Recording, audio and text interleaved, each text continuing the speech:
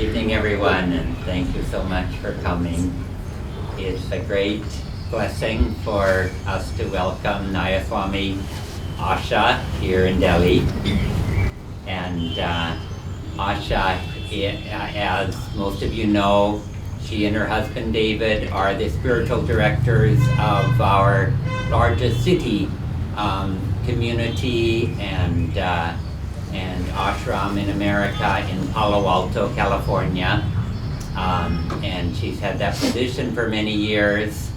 But above all, Asha has a wonderful way of sharing and is one of the leading speakers and teachers of Ananda Sangha.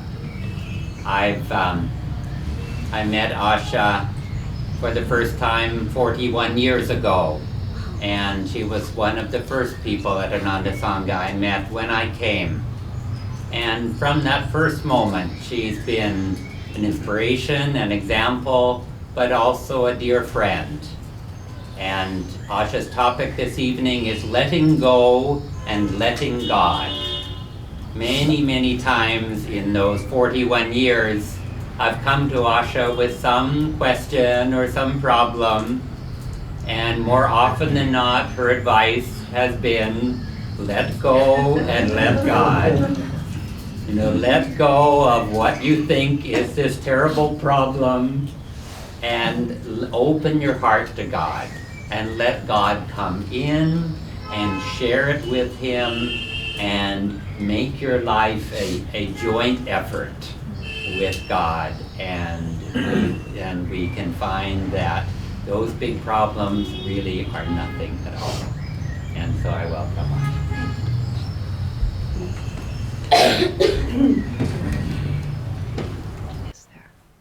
When Kesava makes reference to those 41 years ago, I actually vividly remember it.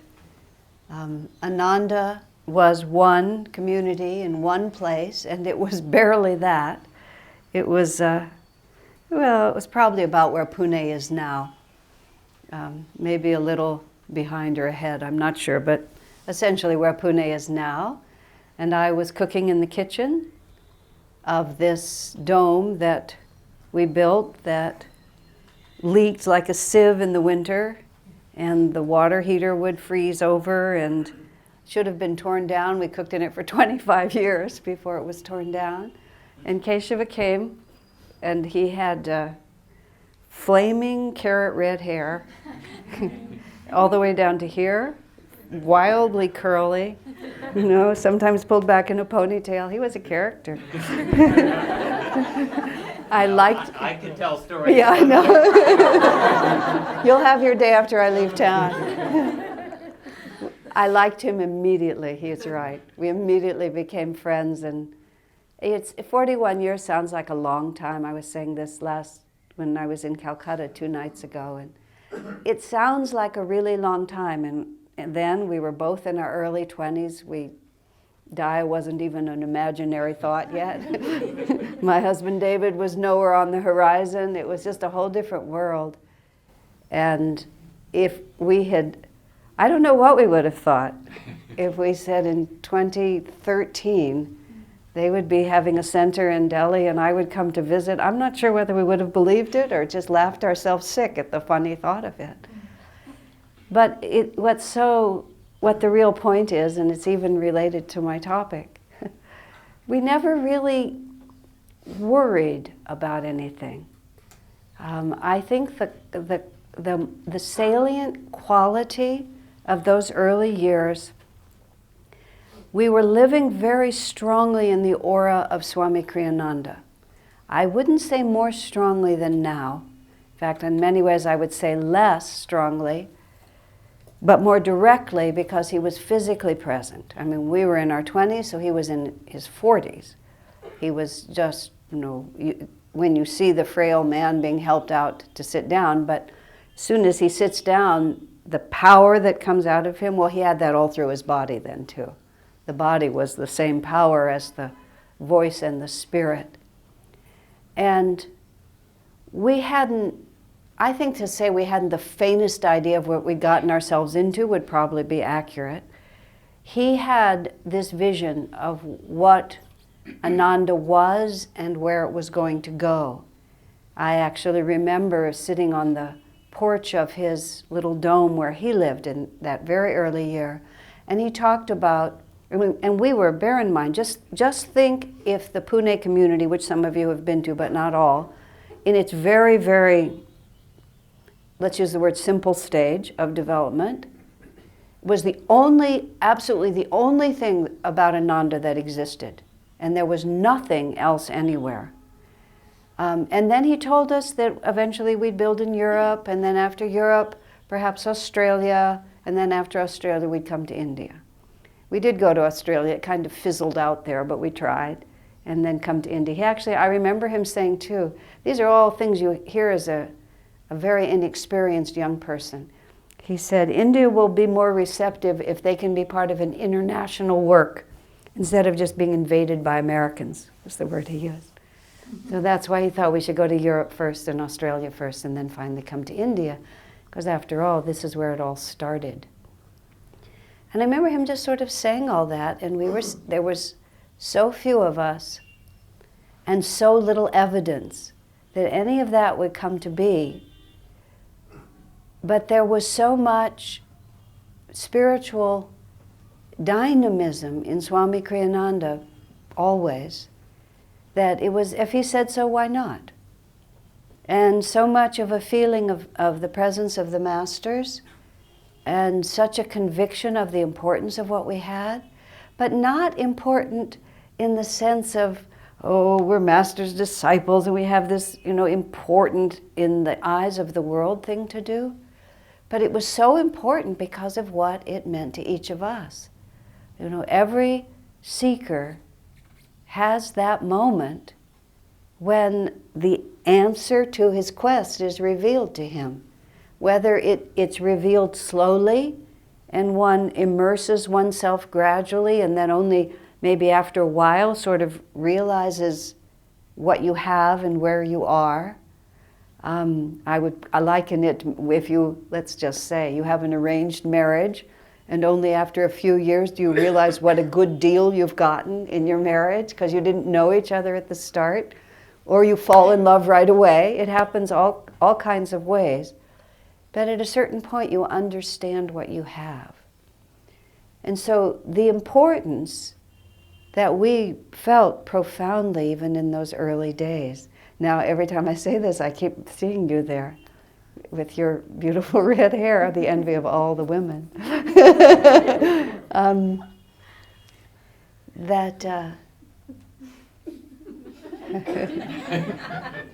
We'll find pictures.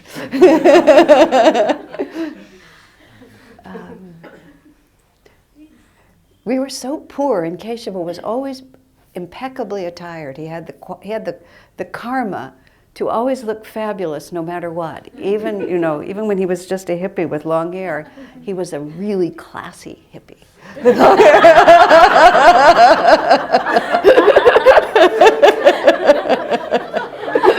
That's what I keep seeing in my mind.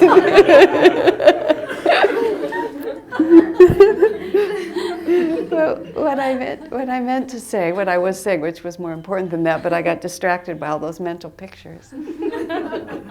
It was important because we knew how much it could change the life of each individual for no other reason than we knew what it had done for us.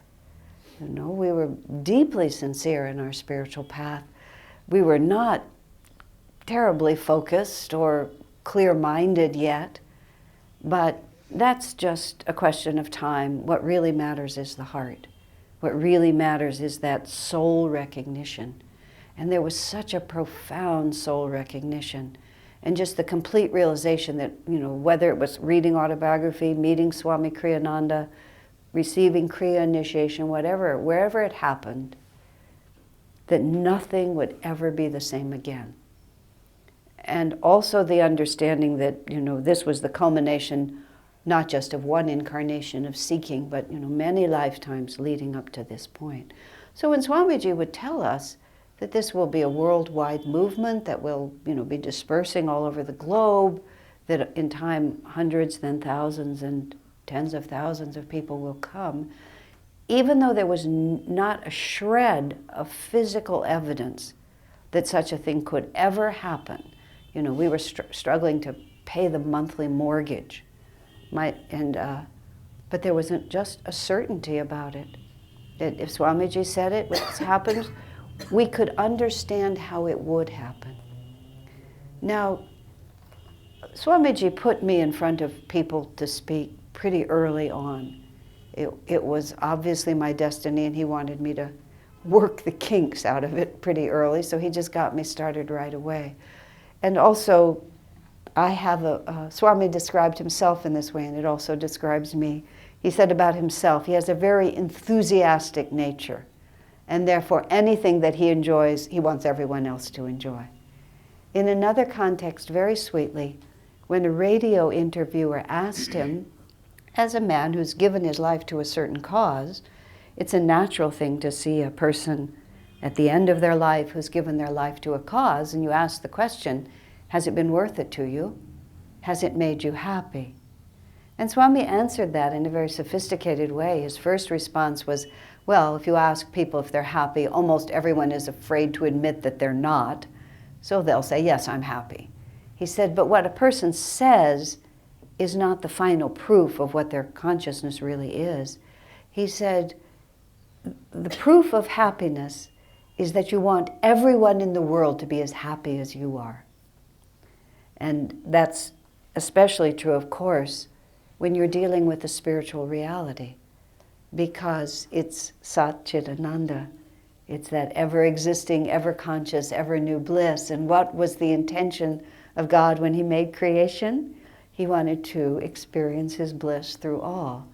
As Swami often points out, he's not experiencing his bliss through very many, but nonetheless, that's the intention of it.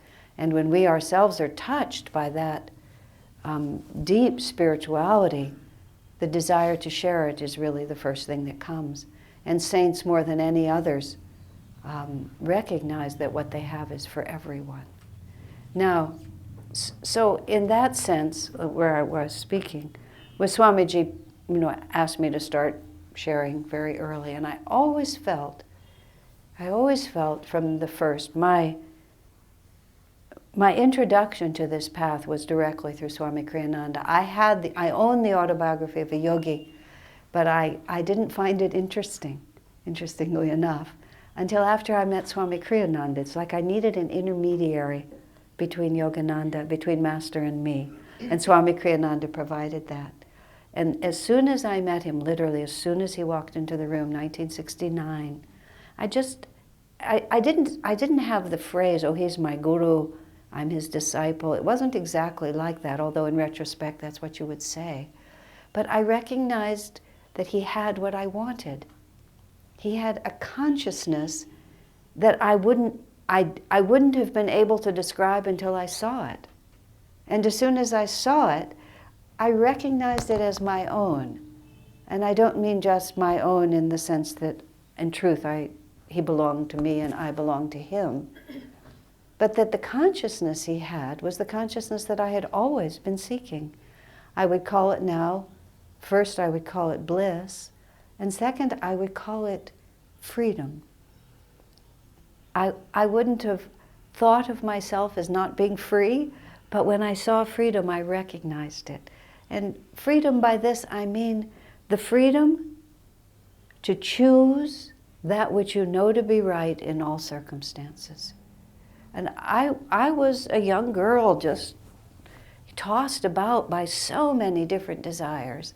And sometimes I would be able to live according to high ideals, and sometimes my ideals would just crash around my head and I didn't have a chance.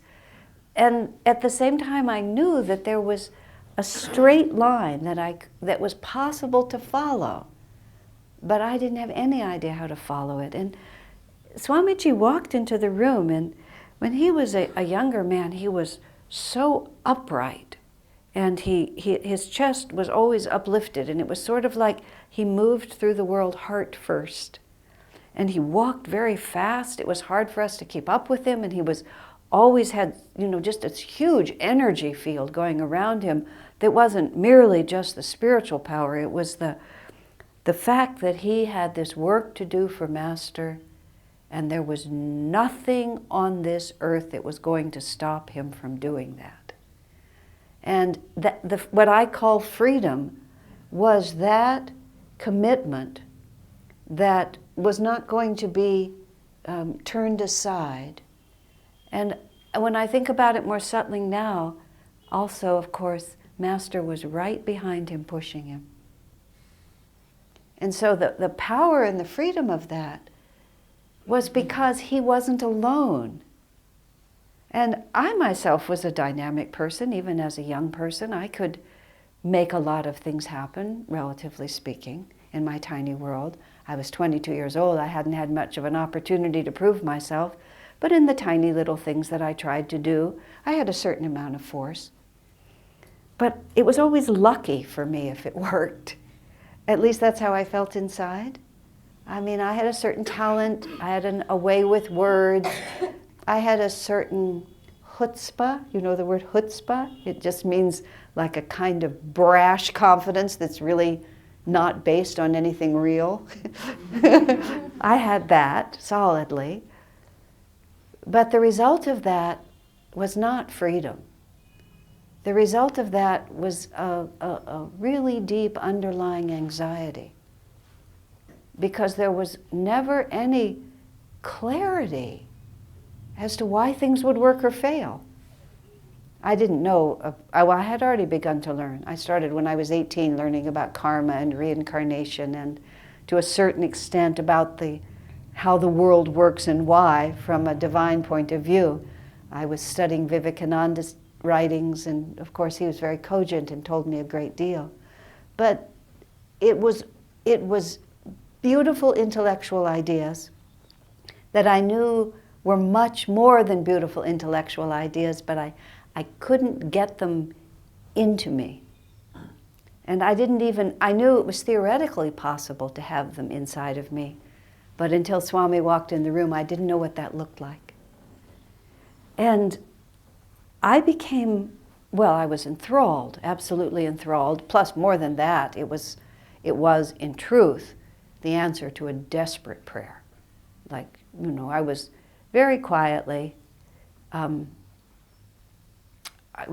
hysterical, although those sound like contradictory terms, because I just didn't have any idea how I was going to live in this world. Because I didn't know what to do, how to function. I was using the word freedom. I just didn't know where power came from. I didn't know where certainty came from. I didn't know where love came from. I had some of those things, but I had no context for them. So I just followed Swami. He was at Ananda village. He was starting this community. It took me about a year before I could unravel my personal situation enough to get up there. 1971, June 1st, Tuesday morning. I got word that it was auspicious to arrive before noon on Tuesday, so I did. Swami actually sent word, make sure that she arrives on Tuesday morning before noon, so I did. But let me come back to what I was saying. But then I just became his devotee and really wanted to know. Now, nowadays, Swamiji will remark, oh yes, I've written 150 books. It was 149 until 2 weeks ago. Now it's 150. In 8 days, he wrote another book. Just had a little time on his hands, so why not? So he wrote one more. He did all the music. He's founded all these communities, everything like that. And you just sort of, his accomplishments are unreal. And he'll say, oh, it was very easy to do. He said, I didn't do any of it. He said, God and Guru just acted through me, Master acted through me. And he just says it so casually. Just like, and then he'll tell us, oh, it's not hard. You just focus at the spiritual eye, and then you bring into the light whatever it is that you want to do, and then it'll be given to you and you'll do it. And he's not being flippant when he says that. And he's not even just being humble when he says that. Oh no, don't look at me, I haven't really accomplished anything. As Swami calls it, backing into the limelight, like that. Not at all. he's actually just telling us the truth. And what's been so interesting about my years with Swamiji, and I've written some of it, I've written a book about him, which I hope I will call, I've written one book about him, I hope it's not my last. No, it's not the last book I'll write about him. Swami Kriyananda, as we have known him, it's stories of my experiences and others. So some of what I'm going to say is in that book. Excuse me a moment.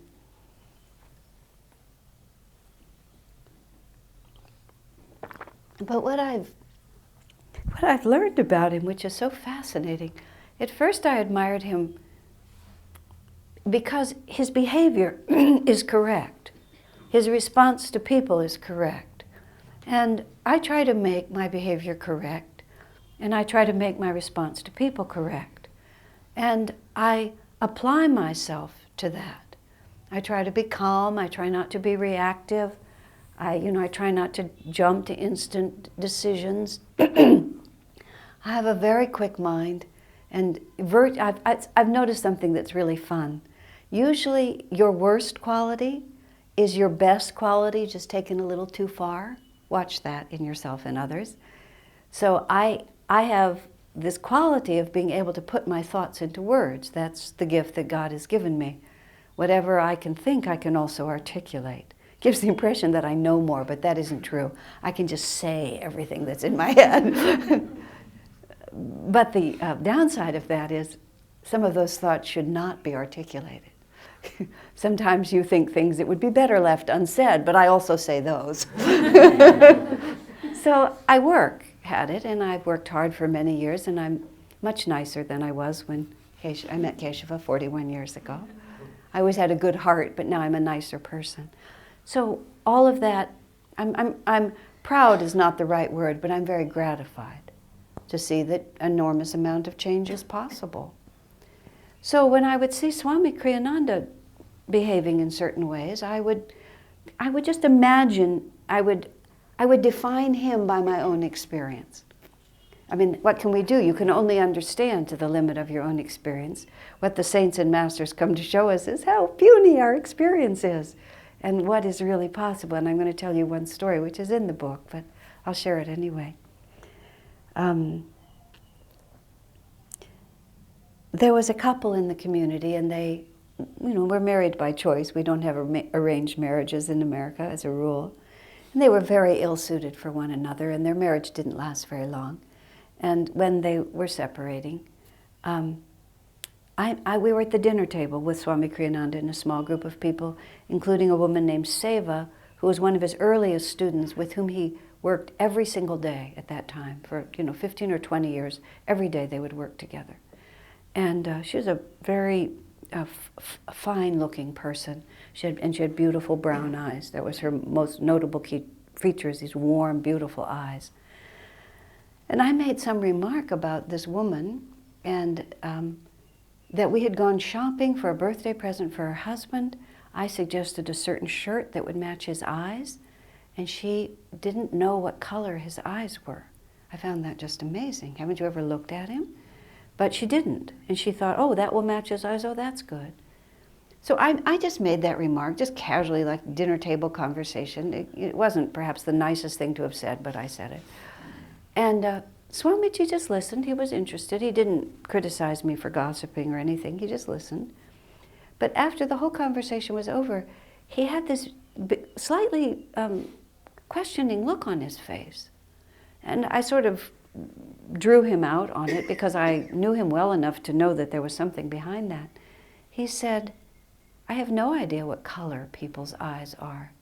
He said, I never look at their eyes. He said, I always look into their eyes. And then Saiva, who was sitting next to him, who he'd seen every day for almost 20 years, he looked at her and he sort of peered at her, kind of like that. And he said, oh, your eyes are brown. And then it suddenly just takes the whole story and takes it somewhere else. It's like, I was trying to have good behavior. Swamiji is driven to have right consciousness. Because if you have right consciousness, your behavior automatically follows. And yes, both are good. It's very good to restrain your bad impulses. It's very good to try to manifest the right energy and attitude when you can.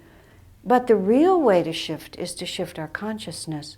So we are just simply perceiving another reality. And this is, of course, where all spiritual practice is enormously benefited by meditation, especially the practice of Kriya, or something that is very effective like Kriya, which actually takes you into another dimension where you perceive a reality very different from this one.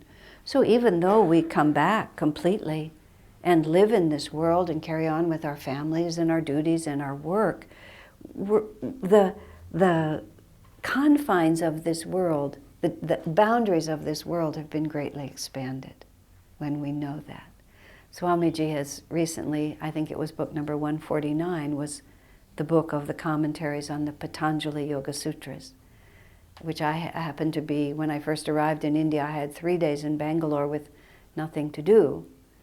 And I was in a room with a copy of the Patanjali commentary, which really turned out to be God-given. It was I didn't realize how much I just needed to stop. Of course, when you leave on an 8-week trip, as I did, you have to do all that 8 weeks of work in the time before you leave. And so it was just to stop. But it was also such a God-given opportunity that it happened to be that particular book. It's not published yet in America, which is one of the reasons I grabbed it to read it. You all are so lucky here. Sangita gets those books out so fast. We're 6 months, 9 months later, we're still waiting for the books in America. I don't mean to cast any aspersions. There's a recording. I don't mean to cast any aspersions on the American Publishing Company. It's just easier to get them out fast in this country. But the whole theme of Patanjali's Yoga Sutras, which Swamiji just pulled out perfectly. The sutras are like condensed milk, just way, all those desserts that you make where you boil the milk for hours and hours and the big pot of milk just gets down to its absolute essence and every spoonful is delicious. That's what Patanjali did with the spiritual path. It's just boiled way down. And it's boiled down to one point. At least that's how I felt when I kept reading it over and over. Because we live in these physical bodies, because we identify, because the infinite spirit that is truly us identifies with this physical body, we are always confused as to what is really happening in this world. We think that what happens to this body is really happening to us. And we think that the characteristics of this body are really our own characteristics. It was also an extremely apt moment for me, because I have been teaching for many years. I've also been coming to India for many years, but I've never put the two together. This is a new reality for me, and to travel through this country and share Master's teachings. And halfway through my 2 months, it's just been a fabulous experiment. I've loved every minute of it. But when I first started 4 or 5 weeks ago, I was acutely aware of the fact that I live in this body. That's the only way I could say it. Just, the definition of this body and all the cultural memories associated with it and the life experience was intruding on my ability to relate just in terms of consciousness, which is what we're all really trying to do. And so I had so many opportunities to reflect, even just on that little fact of Swamiji's. Why would I look at people's eyes? What can a person's physical pupils tell me about them? Nothing. Just the body they're inhabiting now. And what does that really have to do with anything that actually matters? But of course our consciousness radiates out through our eyes. I've watched Swamiji in company. He'll be introduced to someone and he'll look at them and he'll be gracious and he'll shake hands like that. And then like a split second later or a couple of seconds later, he'll actually recognize you. And he'll recognize you because of the consciousness, the enduring soul. He'll shake hands with the body, he'll look at the face, and then all of a sudden he recognizes the soul, either the soul qualities or the individual from another lifetime or another place. And just a whole different level of recognition comes into it. Now, let's see, I had one more story on that. Oh yes, I remember this one. In the same way about not identifying. When I came to Swami, I was 22. I worked with him very closely for many years, about a decade, and then I got shuffled off into something else, but I've always stayed very closely connected. And then I got old enough to be 25 years older than the people I was working with. And all of a sudden I had a little perspective on what Swami Kriyananda's experience had been. And I remembered vividly that never once in all the years that I had worked with him had he ever referred to my physical age or to my inexperience, even though I believe a less patient person would have been tempted, let's put it that way. And I thanked him for that. When I realized it, I thanked him.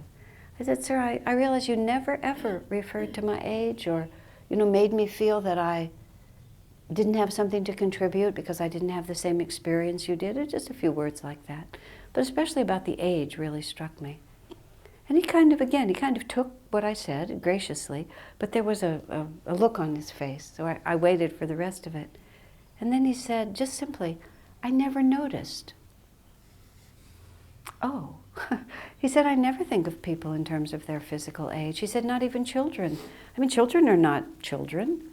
They were ancient souls before they were children. A little 8-year-old girl once came up to Swami Kriyananda. She couldn't figure him out. A child's brain is a lot more fluid because he looked old. She got that, but he didn't seem old at all. And she just stared at him. She was a very serious child. She stared at him like this and finally just said, how old are you anyway? Just like that. And then he looked at her in a kind of bemused way. He said, let's put it this way. He said, when you were an old woman, I was a little boy.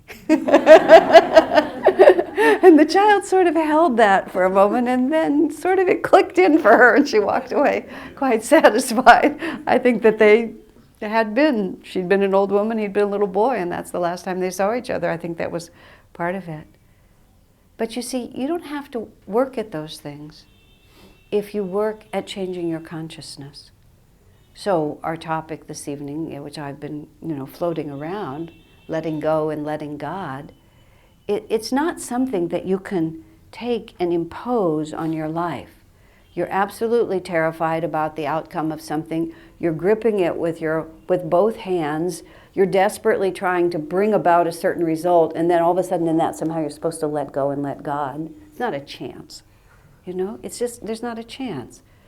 The practice of really allowing God to run your life has to be not in the desperate moment, now I'll pray.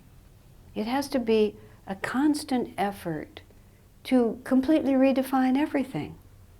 That might sound harder, but that's actually much easier. It's every time we move through life, every time we do anything, we ask ourselves, who am I? What am I doing here? How have I defined my reality? Travel, one of the benefits of travel is it's dual. It has a dual reality. One is, my friend Brian, who's back there on the camera, he and I have been traveling around together a bit. Brian used to be a child. And I've known him since before he was born, as I put it. And he grew up in our community, and now he's a grown man. And so here's somebody that used to be a child in my life, and now he's a much bigger person than I, happily carrying my luggage for me and helping make recordings and all of this. And we're two Americans. Sometimes we've been by ourselves, in India. And it's like, are we? Are you a man? Am I a woman? Am I an American? Are you an American? Are these people Indian? Are we all just in this together? And travel is really fun, especially, we've been together the last few days, but both of us have also traveled a lot solitary. Just completely by yourself sometimes. Just walking down the street by yourself, alone in your house, wherever you are. What am I identifying with in this moment? Where is my energy? Where are my ideas coming from? Do I live my life in such a way as to constantly reinforce the most limited aspects of myself? Or am I living my life in a way to reinforce the most expanded aspects of myself? And if we really want to shift our consciousness, if we really want to be able to be like Swami is, and just really honestly say, no, of course I didn't do it. I was able to accomplish it because God was working through me. That doesn't just happen all of a sudden. That happens because on a moment-to-moment basis, I'm upset because somebody spoke rudely to me. So we have to stop and ask ourselves the question, first of all, what difference does it make if they spoke rudely to me? Who's upset? Who's been insulted? And if I've been insulted, what difference does that make? What am I identifying with that all of a sudden the fact that somebody didn't speak nice to me makes such a big difference to me? Even if my head hurts today, is it really my head that hurts? Or is it just the head I happen to be wearing that hurts? It's like every minute of every day, we are either affirming or letting go of our limited realities. When it's a very great benefit on the spiritual path, interestingly enough, to do creative work. Because when we do creative work, or when we work creatively, it doesn't matter if your work is creative, but if you work creatively, we're always trying to attune ourselves to something that hasn't happened before. That's what real creativity is. When we're also, real creativity is not just to be different. Well, I'll use the word originality. To be creative is to be original. To be original is to act from your point of origin. It's a marvelous definition if you start thinking about what creativity really means. It means to be original, which is to act from your point of origin. Now, the fascinating thing about that is you can do exactly what everyone else has done. And Swamiji uses the example of saying to someone that you really care about, I love you. And I mean, really, that is about the corniest line that there is. Everybody's heard that line. But when you actually speak it from your point of origin, it's a completely original and creative remark in that moment. But if you're speaking it merely as a cliche from the outside, it has no power to change anything. So when we move through life, we have to ask ourselves, what level of myself is acting? What level of myself? Because all of these are ourselves. It's not like the ego doesn't exist. It's not like the needs of the body don't exist. It's not like the identification with family and the responsibilities that have given to us don't exist. But it's a question of where they fit in the proportion of our lives. You know, am I only this? Or am I always a greater field of consciousness moving through this reality? That's why Swami Kriyananda, when people understood him less, I would say when he kept a veil over his consciousness, is the only way I can describe it, for many, many years, partly because he was in America, and in the late 60s and all through the 70s, it was a pretty wacky time spiritually in America. There were a lot of self-proclaimed gurus coming over from India.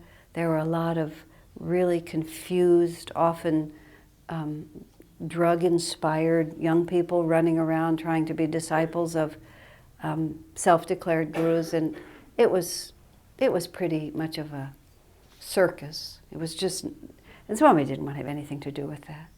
Besides which, he is a true spiritual master, and he is the disciple of a great master, and so he didn't need to assert that kind of reality.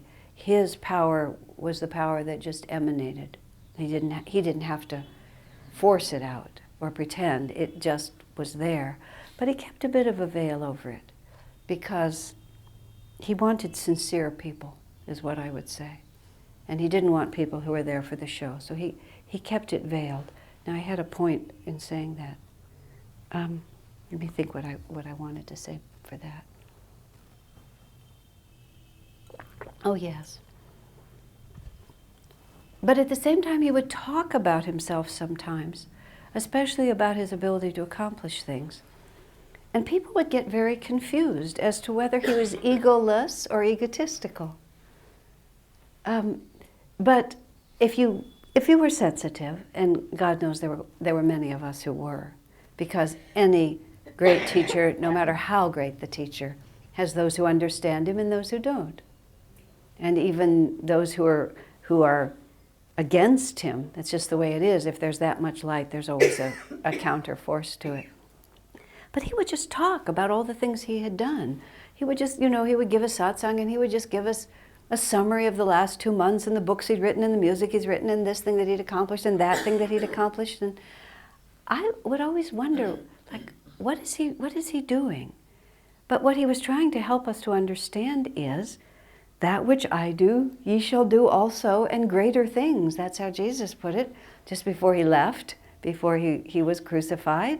He said that what I have done is just you. It's not special to me. It's that I have simply allowed the divine force to flow through. And all of you can do this. Swami described himself many times. One specific moment was when he said, I never identify with Swami Kriyananda. He said, I consider Swami Kriyananda an event for which I am responsible. I've always loved that. Like you have to put on a party. And so you have to be very conscientious. You have to get the food, the decorations, the flowers, the invitations. You have to make sure it's a good night, that the music is there. I mean, there's lots and lots of details. And if you're responsible and you want it to come out right, you have to put a tremendous amount of energy out to make it just exactly what it should be.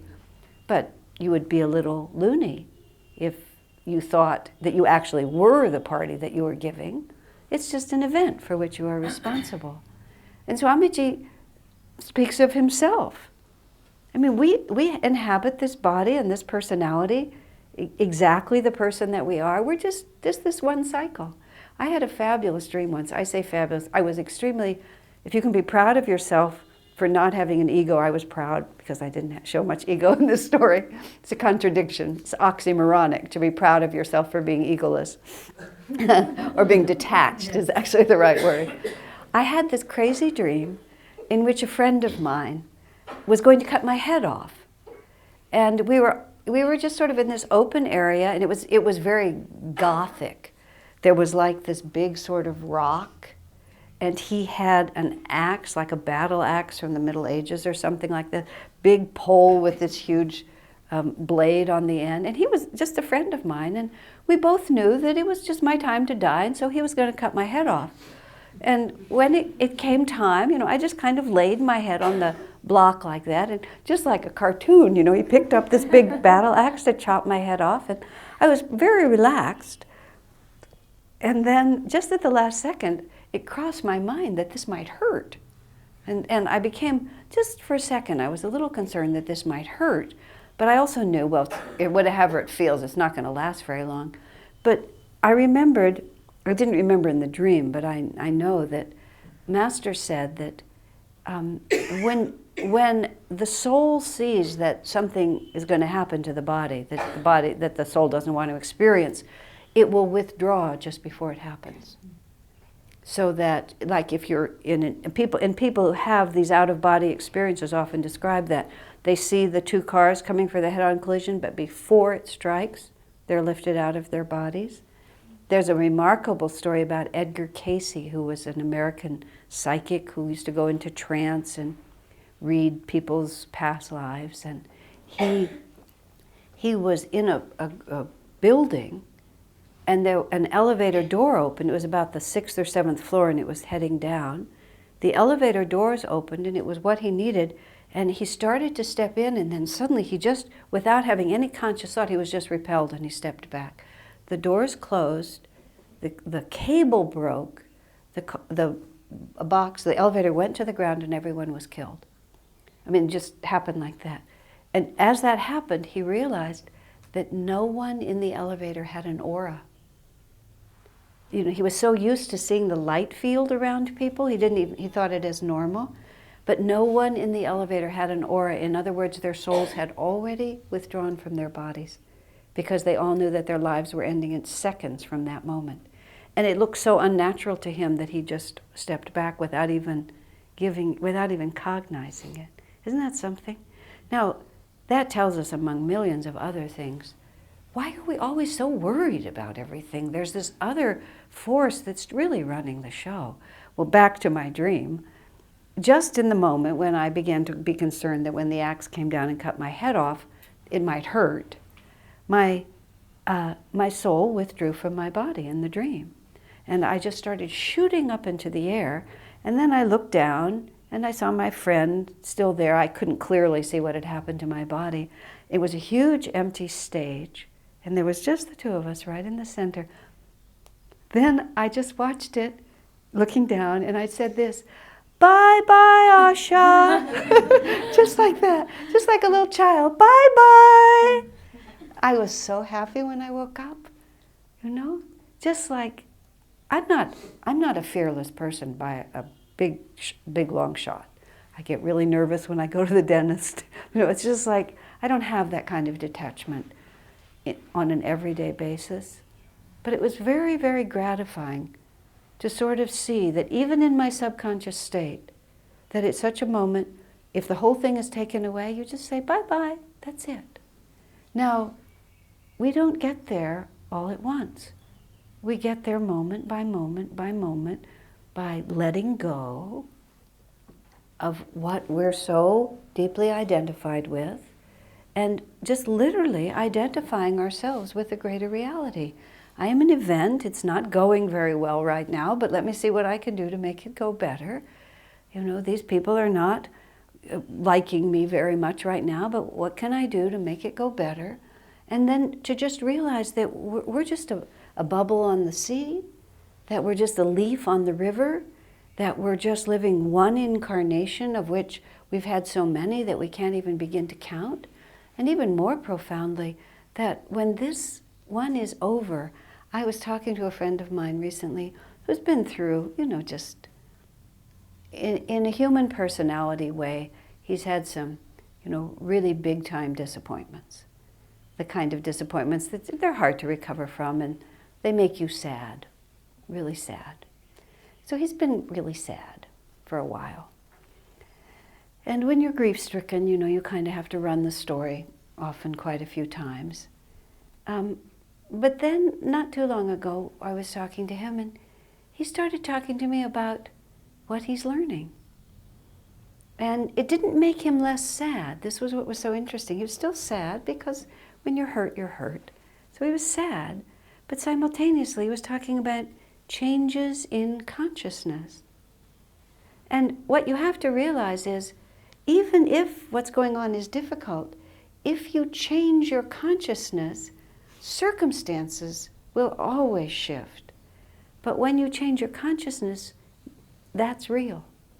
That's the one thing that you have for all eternity. And no matter how much you've struggled and either how triumphant or embarrassingly disappointing your entire life has been, if in the midst of it your consciousness expands, your commitment to a greater reality expands, above all your self-definition expands, then when all of this is just gone from you forever, you will always have that. That's what we have to ask ourselves. I used to be a more emotional person. By the grace of God, I outgrew it. And I used to cry a lot. Not a lot, but things could make me cry much more. It's much harder for me to cry now. Now I cry for, you know, things that touch my heart, but I used to cry in self-pity is what I used to cry. So when something happened once, Swami scolded me very sternly for something that I needed to be scolded for. And then he looked at me like this and he said, "And don't cry," like that. So for like 2 days I had to hold my eyes open like that. You know, just sort of all the time I was walking like that. But I didn't cry. And I've hardly ever cried in that way since. In that way of, oh, poor me, I'm so weak, this is so disappointing, I try so hard. And somewhere in that cycle, something happened that upset me, and I was at home and I stretched out on my bed on my back. And, I was going to start to cry. And I thought, you'll cry for a while, then you'll get finished crying, then you'll get up, and then you'll just go about your day, and you'll be kind of tired, and your eyes will be all red. I said, why don't you just not bother? And I just got up. Because, why identify so deeply? I wasn't, denying my feelings or suppressing my feelings. It was just like, there's a bigger world than this. And that's the world of the divine. That's letting go of this, incarnation's old commitment to limitation and simply embracing what has always been there. What's so amazing about that shift is that it appears to be so difficult, but in fact, it isn't hard at all. What's really hard, there's these Jules Verne books and old science fiction things where people would get into a diving bell and they'd go way down deep into the ocean, or there'd be movies about submarines, which are always really hard to watch because they take place in really small spaces and they're hard to see. But the adventure of a submarine movie is always, of course, that when the trouble comes, the submarine is at the bottom of the ocean. And there's all this ocean pouring down, and of course the drama is when the holes start happening and the ocean starts trying to break in. Everybody's trying to hold the ocean at bay like this. Just tremendous, goes on and on and on until the movie finally ends or you turn it off. Okay? But that's what it is to keep this limited ego going. There's the extraordinary pressure all around us of divine love trying to break through and just crack apart. And we're desperately, with just this tremendous sense of survival, which is utterly misplaced, trying to hold that at bay and protect this little world of I, me, mine, my feelings, my desires, my expression, my this, my that. But once we just realize that this is confusion, this is not wisdom. The paradox of this is, let me give you one more thought and then I'll be mostly done. In order to get on the spiritual path, you have to develop a certain amount of that kind of will. Because, there's a nice group in this room, about the right size group for this room, but there's a lot more people in this city, aren't there, than this. And at least some of them, but most people aren't thinking about realizing God. Most people it never crosses their mind that they should let go of all these identities. They're out there affirming them, enjoying them, having their personal power, doing all these other things. And it takes a certain originality for it even to cross your mind that maybe I really want to take my life in another direction. And that's what Swami Kriyananda was. Wow, this man has actually done it. He was the first one I'd ever seen who had actually done it. I mean, it was just, it was life transforming in an instant, literally. It was stunning. But for all of us, but then I had to also, and had already done some work before that, to separate myself from what my parents thought I was going to do, from what society thought I was going to do, from what my school principal thought I was going to do, to even what my younger self had thought I was going to do. I was going to get married and have 6 or 10 children. That was my plan, something like that. I didn't get married for a very long time, and I never had children.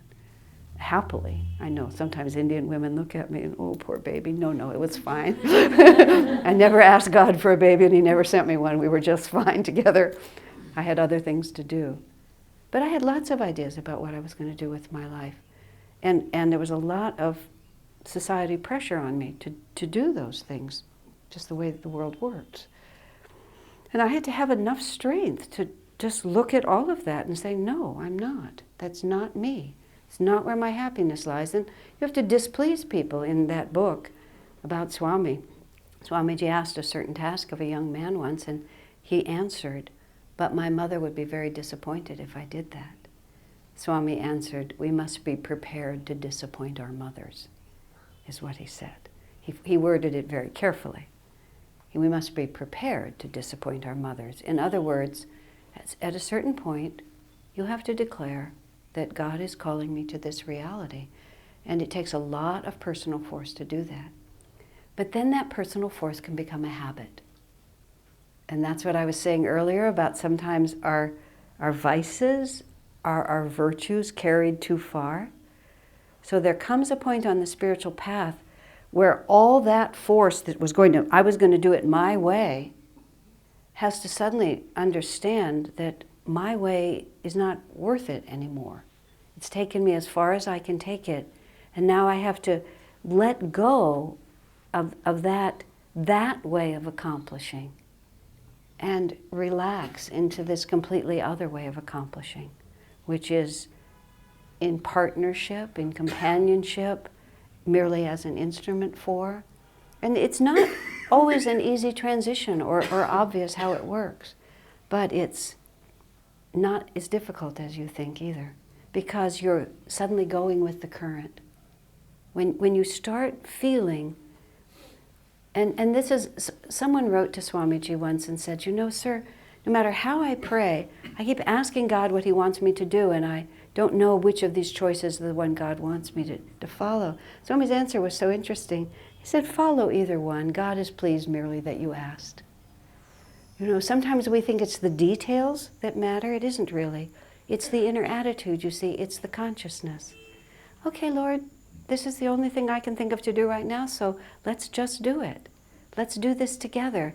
Let, inspire me as we go through. Let me be an instrument. Let even just my little mundane tasks, let me do them as if I was doing them for you. I had an experience when I was working in the kitchen, when Keshe would come in and help wash dishes, which is what I recall mostly that he did. At that time, Swami Kriyananda would give Sunday service at our retreat every other Sunday. And I was the cook, and then the whole community was maybe 50 people, would stay afterwards for lunch. On the Sundays when Swamiji was giving Sunday service, I would plan the meal really carefully. I'd spend hours cooking. I'd do the very best I could do. On the days when he wasn't there, any old thing would do, and I'd just put it out there. And after a couple of months of that, it occurred to me that I don't think that Swamiji would be very pleased if he knew what I was doing. Because, yes, I was willing to expand my awareness for his sake, but he wasn't looking for that.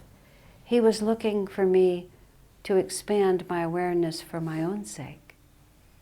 In other words, to see myself always, if I'm serving God, why would I serve him less? Why would he be less present in this circumstance? And above all, what I began to feel is that it was I had far less fun when I wasn't cooking for Swamiji. And at first I thought it was because Swami wasn't there. But then I realized it was because I wasn't opening myself in the same way to be a channel for grace.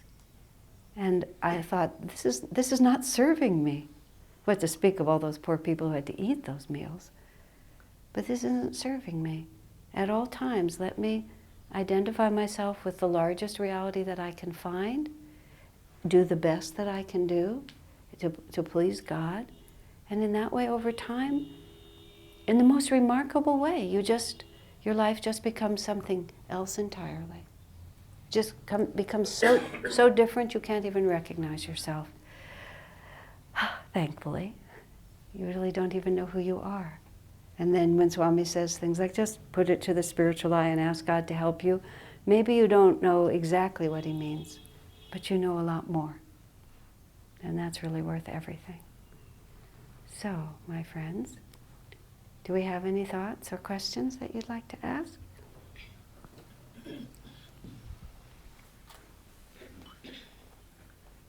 Yes. You had said that when we start to practice Kriya, we perceive a different reality. Mm-hmm. Could you explain that a bit?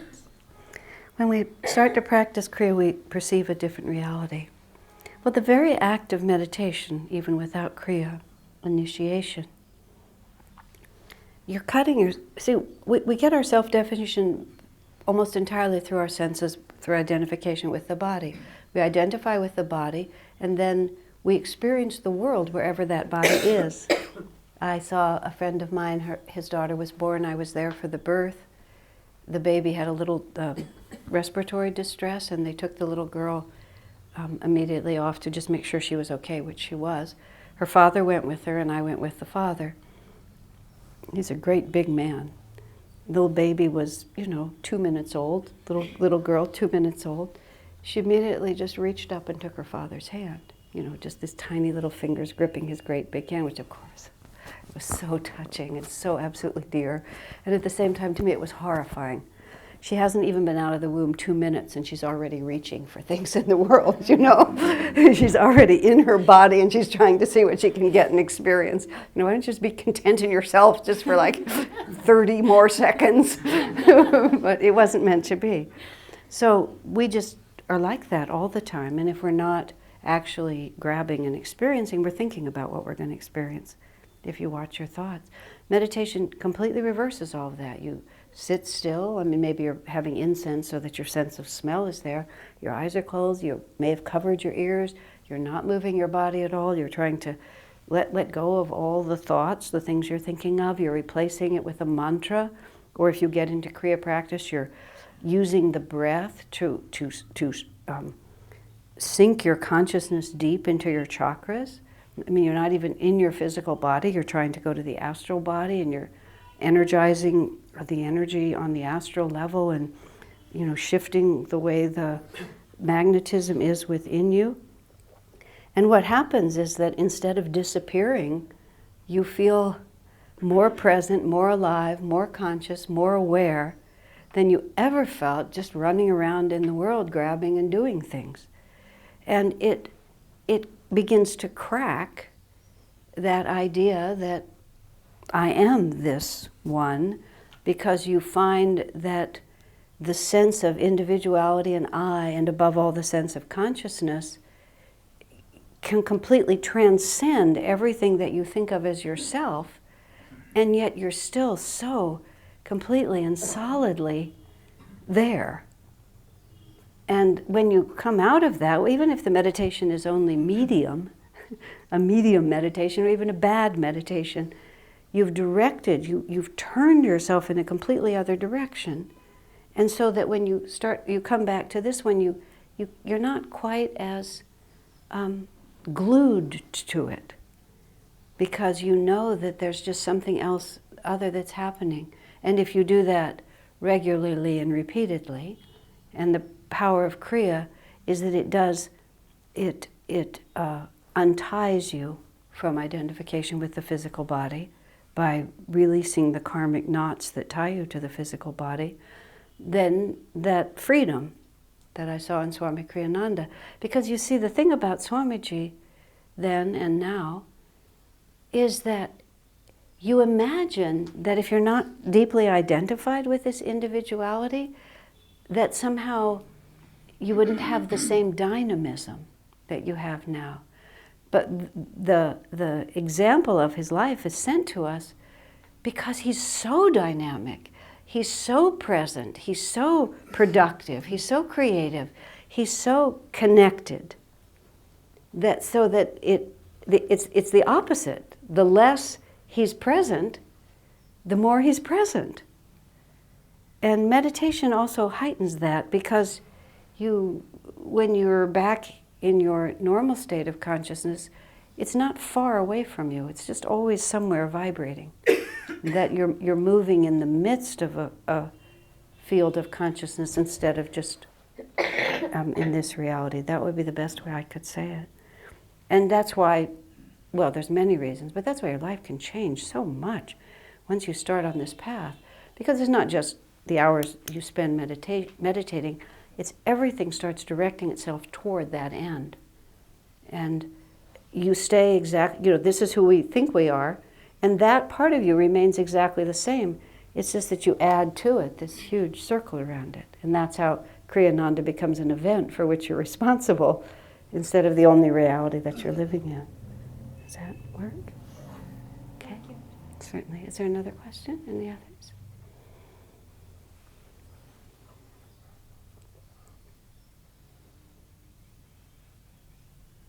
Simple question, ma'am. You've been at this for a very long time. Relatively speaking. Very young age. Uh-huh. And you have reached where you are today. Right. And the same would apply to Swamiji. Uh-huh. But the question that I've been debating with myself, I come into this way of life, you can say, Uh-huh. hardly about 5-6 years. Right. Before that, it was all mumbo jumbo to me. Uh-huh. Is it too late, or is there a way of getting there faster? Uh-huh. The question has to do with Swamiji met Master at 22. I met Swami Kriyananda at 22, just by divine coincidence. And therefore I've had the opportunity to, in this body, to spend more years in this body.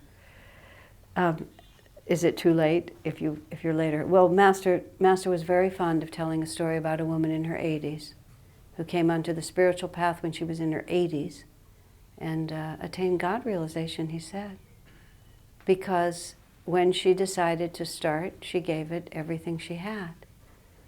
So there's no such thing as, there's really actually no such thing as time.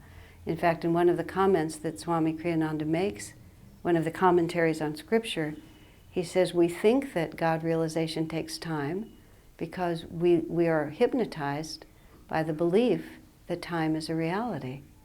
He said, but time itself is an illusion. So the idea that I'm too old or it's too late or I don't have enough time, by its absolute definition, because you're moving into a realm in which there is no time. So it can't be too late to become timeless, if that makes any sense. Now, what you have to recognize, and this is the other real side of it, is for some people, vitality and mental flexibility wanes as the body ages. But that's not inherent. That's just a habit that we get into. Physical vitality may wane a little bit, but mental flexibility, creativity, originality doesn't have to wane at all. Look at Swamiji. And if we feel like it has waned, we can simply fight against that. And one incarnation is a totally arbitrary piece of time because it's all one continuous flow. And we just have this idea that these incarnations happen sequentially, and we don't realize that it's just one. I mean, that they're chopped up as separate events, but they're not separate events. It's one continuous flow of consciousness. It's from the time of our being spewed out at the beginning of the day of Brahma, when Satchitananda threw us out, and don't ask me why, I don't know why, but he threw us out, to the time that we merge back. It's one continuous thread. Just as if right now I'm wearing this, later I'm going to have my pajamas on, tomorrow I'll wear something else. And you wouldn't call those separate incarnations. You would just call this continuous consciousness changing its clothes. So from where we sit, we're so identified with our bodies, we think that when we take off our bodies, something actually happens.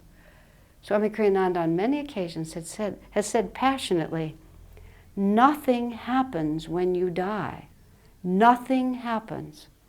Nothing happens that makes any difference because the consciousness we have continues. And we step out of our body as readily as we step out of our clothes.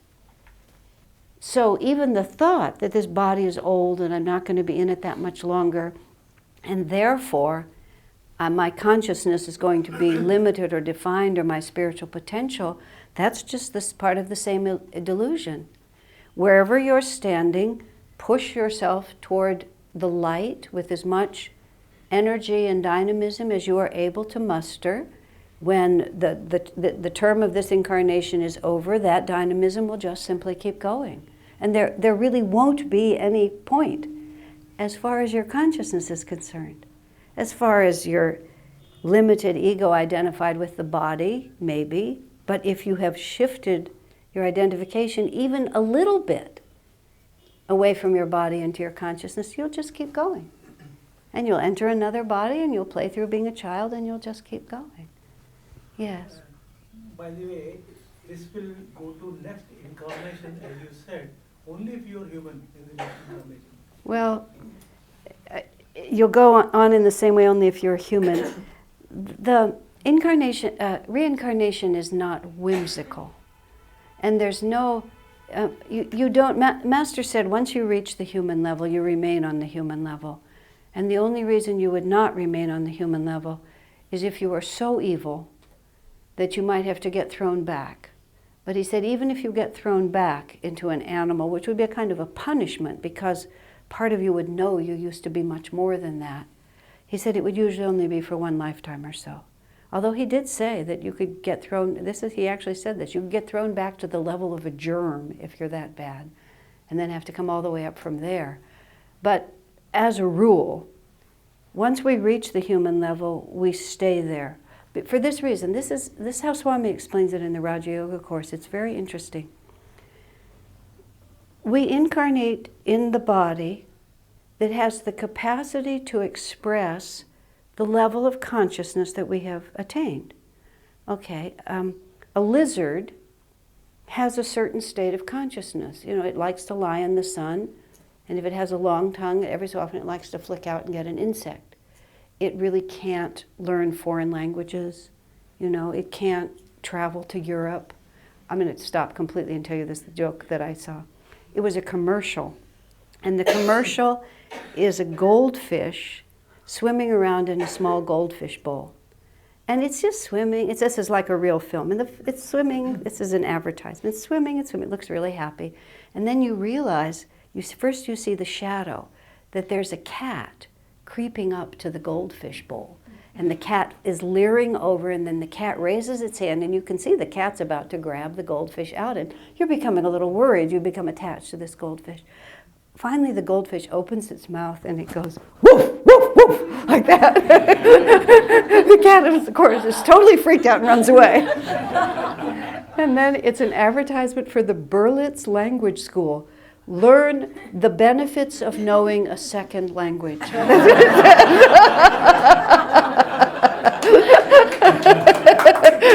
thought so too. Fabulous. In fact, however, to come back to where we are, the goldfish doesn't have the capacity to know. It doesn't even know it's a goldfish, what to speak of knowing that if it makes a sound like a dog, the cat's going to get scared. I mean, all those take very sophisticated understandings. And if you have more sophisticated understandings than can be expressed through a goldfish body, you get to be a cat or a dog or whatever. It keeps going. The human body, the nervous system, what makes the human the highest species is it has the most sophisticated nervous system. This nervous system is capable, this is how Master explains it, of perceiving infinity. And the whales and the dolphins can't do that. That's what makes the human the highest species. Not that we do, but we can. That's why a master can live in an ordinary human body, but the nervous system is sophisticated enough to perceive infinity. So as Swami explains it in Raja Yoga, our individual consciousness incarnates in the body that has the capacity to express the consciousness we have. And so that's how we move through the animal levels. And he says the movement is automatic. But by the time you've reached the human level, especially after you've been a human for a while, he says when you first transition, you can go back and forth a little. But your consciousness is simply too sophisticated to go back into an animal body. And so you wouldn't be magnetized to it. Your chakras are too evolved. And the magnetism of those would just simply not make an animal body. It would make another human body, because that's the way it has to go. But see, once you're in a human body, you can just fritter it away. You can fritter a lot of incarnations away.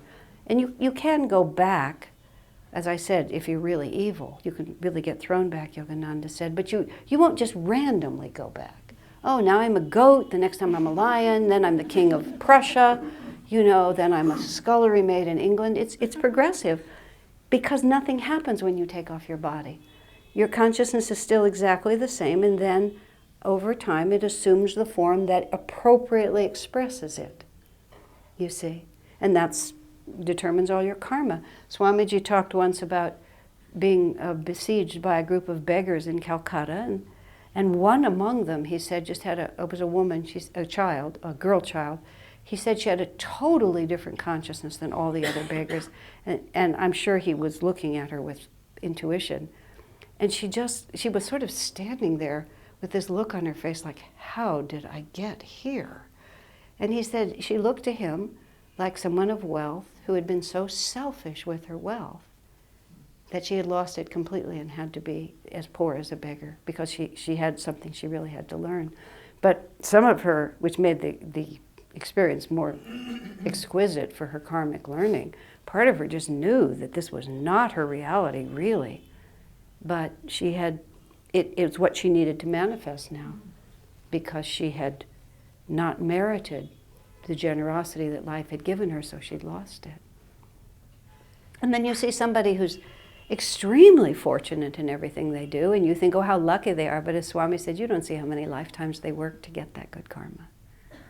But then it's the appropriate manifestation of their consciousness now. Does that help? It's a very important point, because there's a lot of wrong understanding on those points. East and West. Okay. Anything else before we... One last, then it's over. Pardon me? How do you get good karmas? Good karma I would define in this sense, not...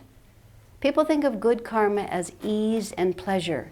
If I'm not challenged, if I get what I want, if I don't have to struggle, people call that good karma.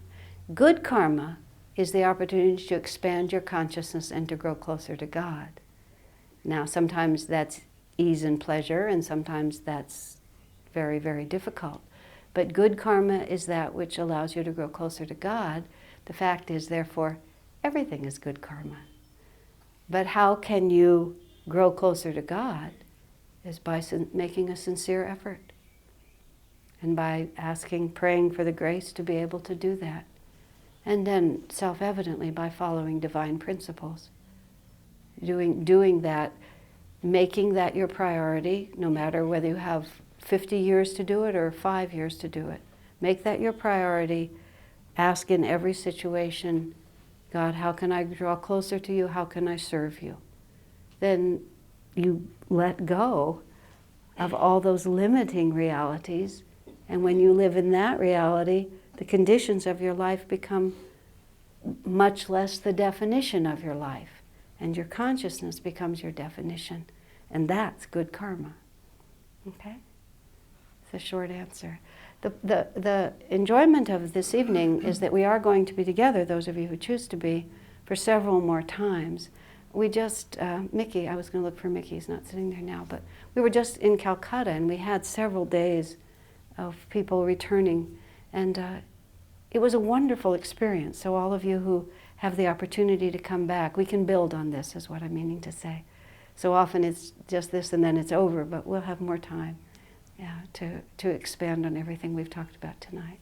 So God bless you. Thank you very much.